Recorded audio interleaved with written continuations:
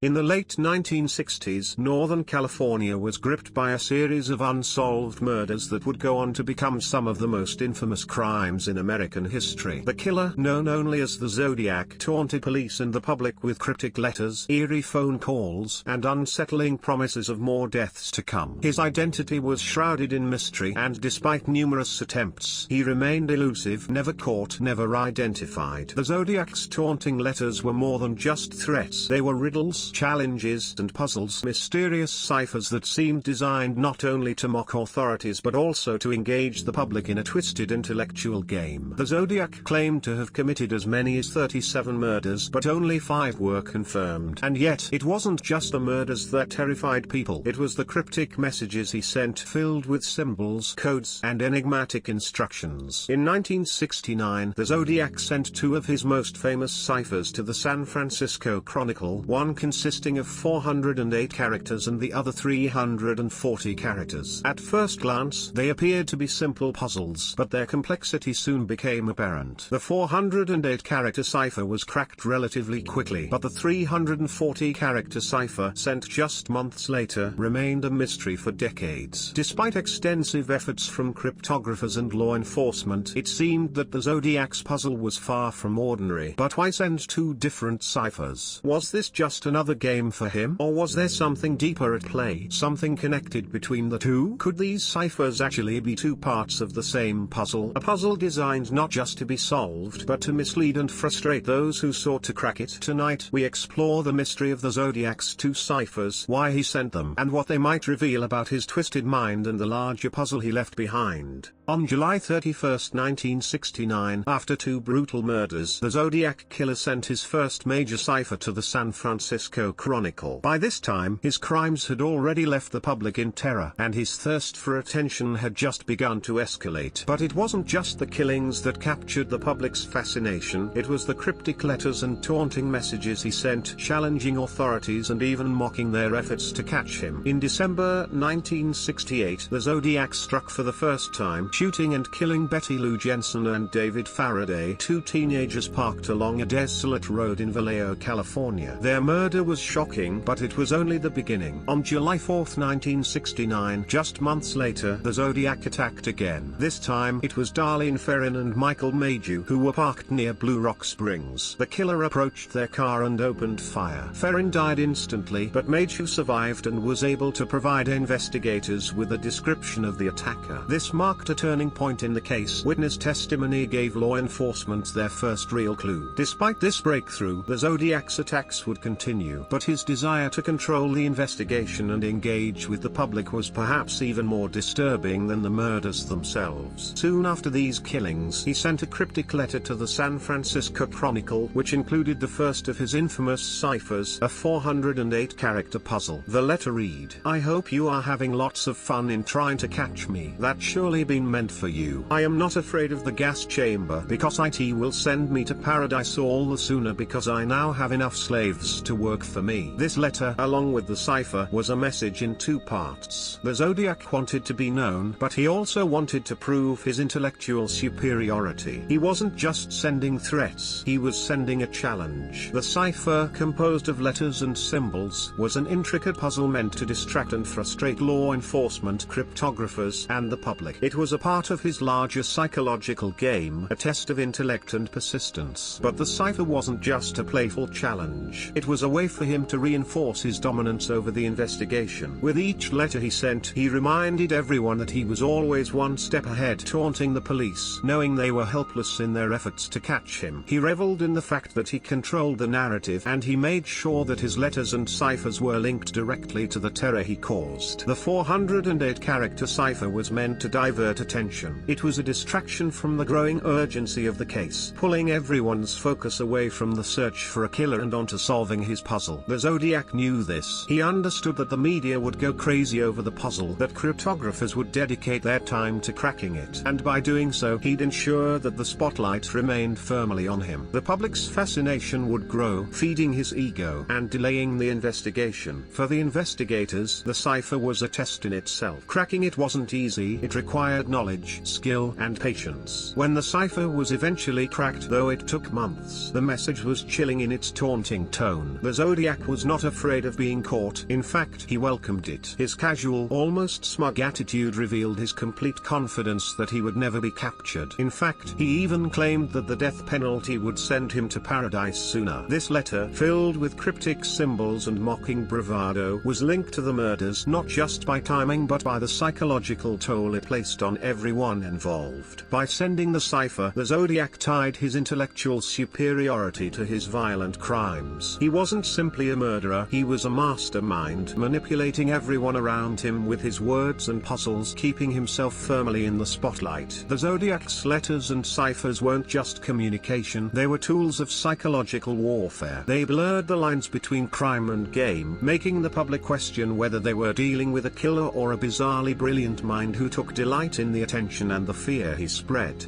Just months after the Zodiac Killer sent his 408-character cipher, he issued a second, even more cryptic challenge, the 340-character cipher, sent in November 1969. Unlike the first, which was complex but ultimately solvable, this second cipher would stump cryptographers and law enforcement for decades. While the 408-character cipher had been cracked relatively quickly, the 340-character cipher was something else entirely. It was a masterpiece of complexity, filled with unusual symbols, seemingly random sequences of letters, and an almost impossible structure. The Zodiac knew exactly what he was doing. He wanted to keep everyone guessing, to keep his intellectual superiority front and center. But why send a cipher that was so difficult to crack? What was the Zodiac's purpose this time? Was it simply another puzzle, or did it have a deeper meaning, one meant to mystify and frustrate? The most notable feature of the 340-character cipher was that it contained symbols not found in the earlier cipher, symbols that were more cryptic, more elusive. Among these, the two half-down dashes stood out. These marks, unlike anything in the 408-character cipher, hinted at a shift in strategy, a change in method. They could be seen as clues, possibly the key to unlocking both ciphers, suggesting that the Zodiac had designed the puzzle to be solved as one, not separately. But that wasn't the only challenge posed by the cipher. What made this second cipher so challenging wasn't just its sheer complexity, it was the psychological aspect behind it. The Zodiac wasn't just trying to hide his identity or his next move. He was creating a puzzle to control the narrative again. He was forcing everyone to spend years decoding it, testing the limits of cryptographic expertise, and enjoying the chaos that ensued. For decades, the cipher was left unsolved. It became the subject of countless attempts, theories, and breakthroughs, each one pushing further into the mystery of the Zodiac's mind. The Zodiac's ability to craft such a complex puzzle left investigators and the public wondering, was this just another game for him, or did the cipher actually contain something more important, something that would reveal his identity or give a glimpse into his plans? Was it a test of endurance, a way for the Zodiac to prove that no one was clever enough to catch him? In 2020, a breakthrough came. A team of amateur cryptographers, using modern software and tools, finally cracked the 340-character cipher. When they decoded it, they found another taunting message from the Zodiac, but it was far less revealing than many had hoped. It read, "I hope you are having lots of fun in trying to catch me. I am not afraid of the gas chamber." This message, while unsettling, didn't provide the revelation of his identity that many hoped for. Instead, it was another reminder of the Zodiac's pride and confidence. The message was almost identical to one of the phrases in the 408-character cipher, reinforcing the idea that the Zodiac was deliberately playing games with his audience, maintaining the mystery and continuing to make sure his identity remained hidden. The 340-character cipher was just as much about the game as the mystery itself. And as we look at it today, the question remains, what was the Zodiac trying to tell us with these ciphers? Was he sending us a message about his identity, or was he simply showing us that he could remain in control for as long as he wanted?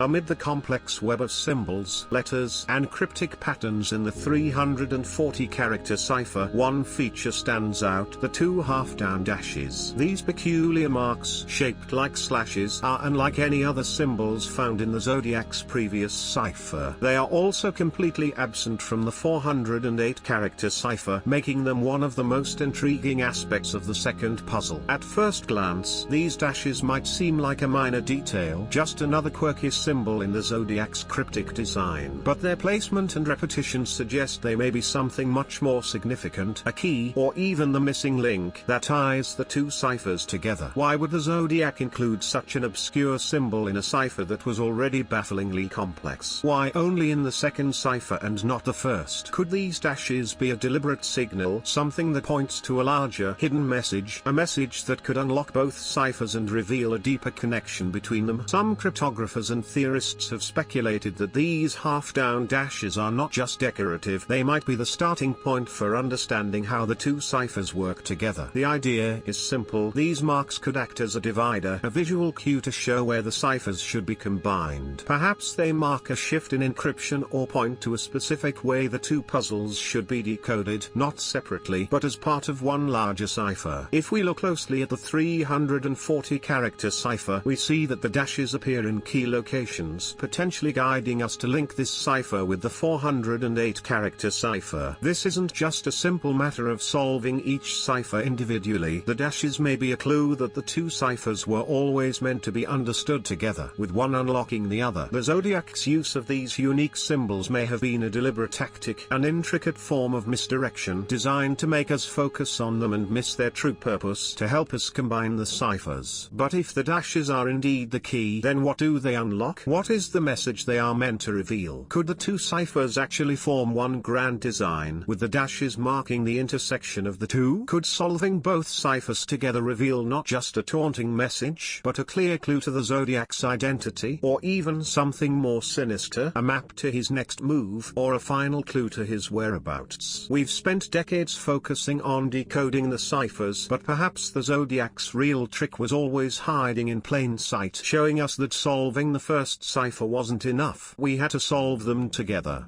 For over 50 years, the Zodiac Killer's ciphers have remained one of the most perplexing and frustrating puzzles in criminal history. Cryptographers and investigators have spent countless hours trying to decode the 340-character cipher to understand what the Zodiac was trying to say, and yet each attempt only leads to more questions. What if the answer to these ciphers wasn't just about breaking the code, but understanding the mind of the Zodiac himself? What if these ciphers, designed to taunt and confuse, were actually meant to do more than just reveal his identity? They were part of a larger psychological game. The 340-character cipher wasn't just another puzzle. It was a test of endurance, a way for the Zodiac to see how long it would take before someone noticed that his ciphers weren't just independent messages. They were two parts of one grand design. The half-down dashes, so subtly placed in the second cipher, might just be the missing link, a key to unlocking the connection between the two puzzles. When we begin to look at them together as they were always intended, we start to realize that the real mystery wasn't just about the ciphers, but about the Zodiac's need for control and manipulation. For decades, people have been focused on solving the ciphers individually, treating them as separate, isolated puzzles. But what if the Zodiac's true goal was always to ensure that no one would ever solve them completely? By splitting his message into two parts, he created a maze, a web of confusion designed to keep people guessing for as long as possible. And in that confusion, he remained untouched, his identity, his motives, and his next move, all hidden in plain sight. Now, with the 340-character cipher finally cracked in 2020, we know that the Zodiac's messages were always meant to keep him in the spotlight. His words, cryptic and unsettling, continue to haunt us. Even when the cipher was solved, it didn't reveal his identity, it only further confirmed what we already knew. The Zodiac was playing a game, and winning. Today, the Zodiac remains an enigma, his identity still unknown, his crimes still unsolved. But the legacy of his ciphers endures. They have sparked theories, debates, and endless curiosity. Each breakthrough brings us closer, but the true answer, the full picture, may never be fully revealed. The question that remains, then, is not just who the Zodiac was, but why he chose to leave behind these ciphers. Why did he split his message into two? Why was he so intent on creating a mystery that would stretch out for decades? Was it about intellectual superiority, or was it something more, something deeper? The Zodiac Killer's ciphers might have been puzzles, but they were also clues to his need for control and his desire to remain a mystery forever. And as long as his identity remains unsolved, he will always be remembered as one of the most elusive and haunting figures in criminal history, his game still ongoing. If you enjoyed exploring the mystery of the Zodiac Killer's ciphers with us, make sure to like this video and subscribe for more deep dives into unsolved cases and conspiracy theories. We'll be unraveling more mysteries just like this one, so don't miss out. Now, we want to hear your thoughts. Do you believe the Zodiac Killer's ciphers were part of a larger puzzle, or was it just a way for him to toy with authorities? Could there be more clues hidden within his letters that we've missed? Drop your theories and thoughts in the comments below, and let's keep the discussion going.